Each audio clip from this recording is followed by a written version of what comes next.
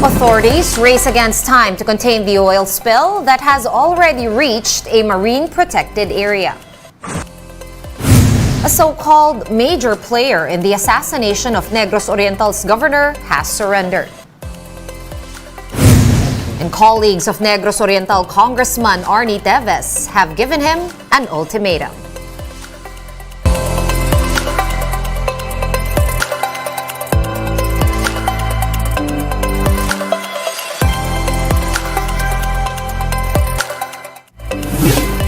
Fast, focused, and fearless. Here's a roundup of stories we're watching now. I'm Sean Yao. The Philippine Coast Guard confirms that the Mindoro oil spill has already reached the Verde Island Passage in Batangas. The island is part of the world's Center for Marine Biodiversity. We're racing against time. Ayaw na natin na kumalat pa yung langis. Ayaw natin na pati yung mga lugar na malalayo doon ay eventually, maapektuhan. Kung kaya na within 4 months, o kaya na mas maaga pa, mas maganda. Importante rito, nag-step up tayo ng operations at ginagawa natin lahat ng pwedeng paraan para ma-stop yung oil spill. And more discrepancies have been found in the permits of the sunken MT Princess Empress. Gerard de la Peña with the details.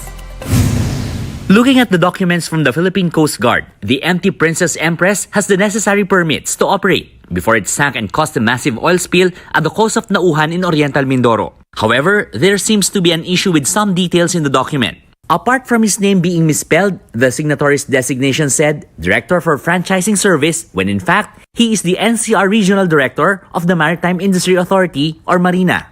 I just want to clarify that as far as Marina NCR is concerned, as far our records are concerned, wala po kaming ini-issue amended CPC sa particular vessel na Princess Empress. That's number 1. Number 2, wala po akong pinipirmahan na CPC for that particular vessel. So, in short po, to my opinion, hindi po siya, hindi siya authentic, so to speak. Kasi wala nga po kami ini-issue CPC amendment.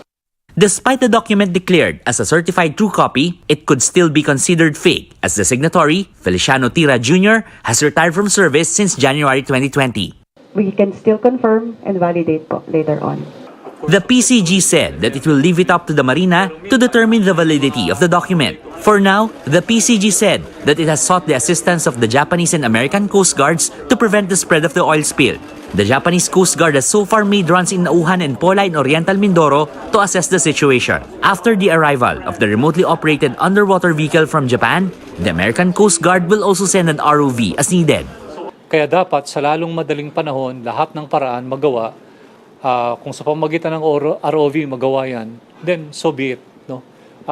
Kung kaya na within 4 months, o kaya na mas maaga pa, mas maganda. Importante rito, nag-step up tayo ng operations at ginagawa natin lahat ng pwedeng paraan para ma-stop yung oil spill.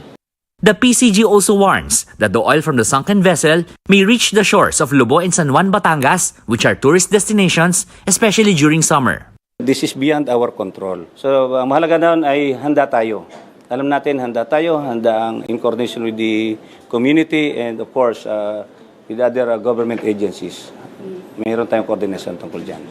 The PCG has also reached out to the local governments that may be affected by the oil spill. Marina has also remitted 33 million pesos to PCG from the Oil Pollution Management Fund for the cleanup of affected areas. Marina officials also said that they are ready to meet with the Department of Justice to thrash out issues regarding the oil spill. For News 5, Gerard de la Peña, we are One News. More stories still to come after this quick break. Keep it here on One News.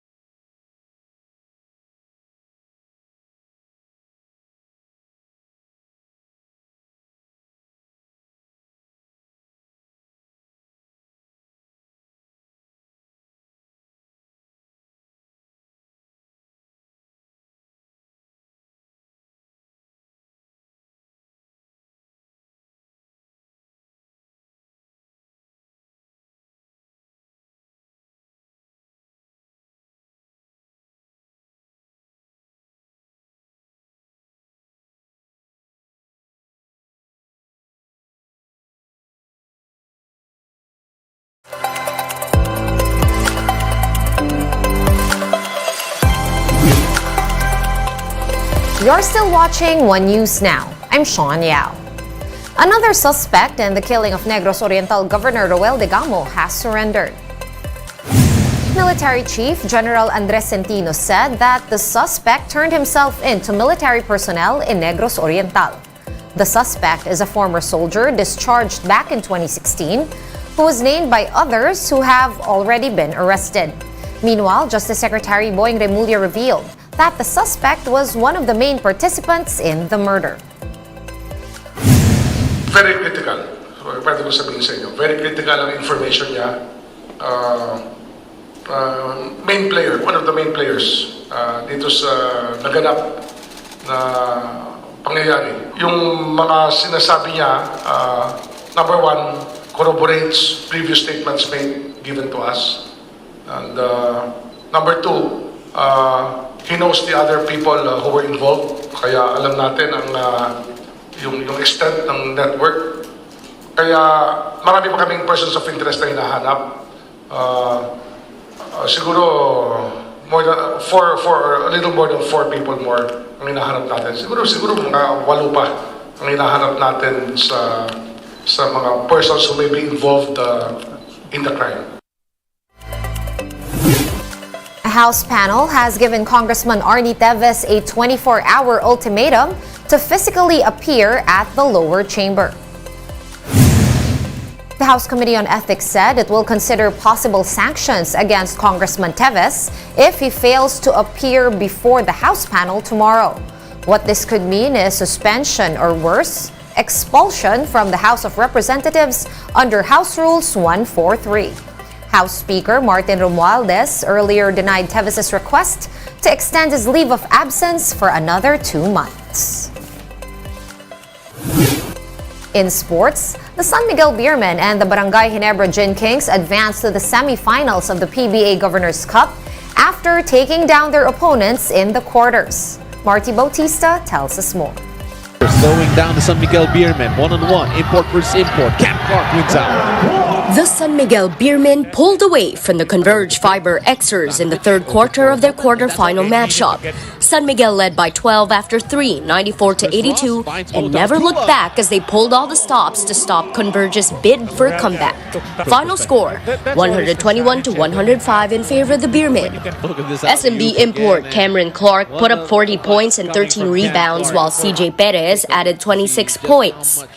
Converge's new import Tom Vodanovich was also stellar in his first and last game for the squad this conference with 39 points. With the win, SMB is through to the best-of-5 semifinals. San Miguel head coach George Gallant said the team was able to prepare for Vodanovich despite limited film to study his game. We just watched his last film when he played about a month ago, so that was the only basis that we could scout him. So we knew coming inside this game he was very aggressive and he was a good 3-point shooter. So we prepared for that defensively. Brownlee, follow-away shot is good. In the other quarterfinal game, the Barangay Ginebra Gin Kings were able to separate themselves from the NLEX Road Warriors early on. After a low-scoring first quarter, Ginebra zoomed to a 20-point lead at halftime. Puts it up, and down it goes for Justin Brownlee. The gap grew even more to 38 points in the fourth, which eventually led to the Gin Kings winning 127-93. Gin import Justin Brownlee had 31 points, 13 rebounds, and 4 steals, while Jamie Malonzo and Christian Stan Hardinger each had 20 markers. NLEX entered the game without import Wayne Selden Jr. due to injury. Ginebra capitalized on this on their way to the semis, where they will play San Miguel. But the thing I'm proud about with our guys is that, you know, we didn't leave anything for chance. We didn't go down and let up. You know, we stayed aggressive, especially Justin came out right from the beginning and really, you know, sent a message to everybody on the team and even to the other team that, you know, we're going to take care of business tonight. The quarterfinals of the PBA Governors Cup continues on Wednesday at the Smart Araneta Coliseum. The 8th-seeded Phoenix Fuel Masters will face off against top-seeded TNT Tropang-Giga 3 p.m., followed by the 5th-seeded Magnolia Hotshots versus the 4th-seeded Meralco Bolts at 5:45 p.m. TNT and Meralco hold the twice-to-beat advantage over their opponents. Catch the games live on TV5 and One Sports. For News 5, Marty Bautista, We Are One News. One News Now will be back tomorrow at 7 a.m. I'm Sean Yao. We are One News. All sides, all the time.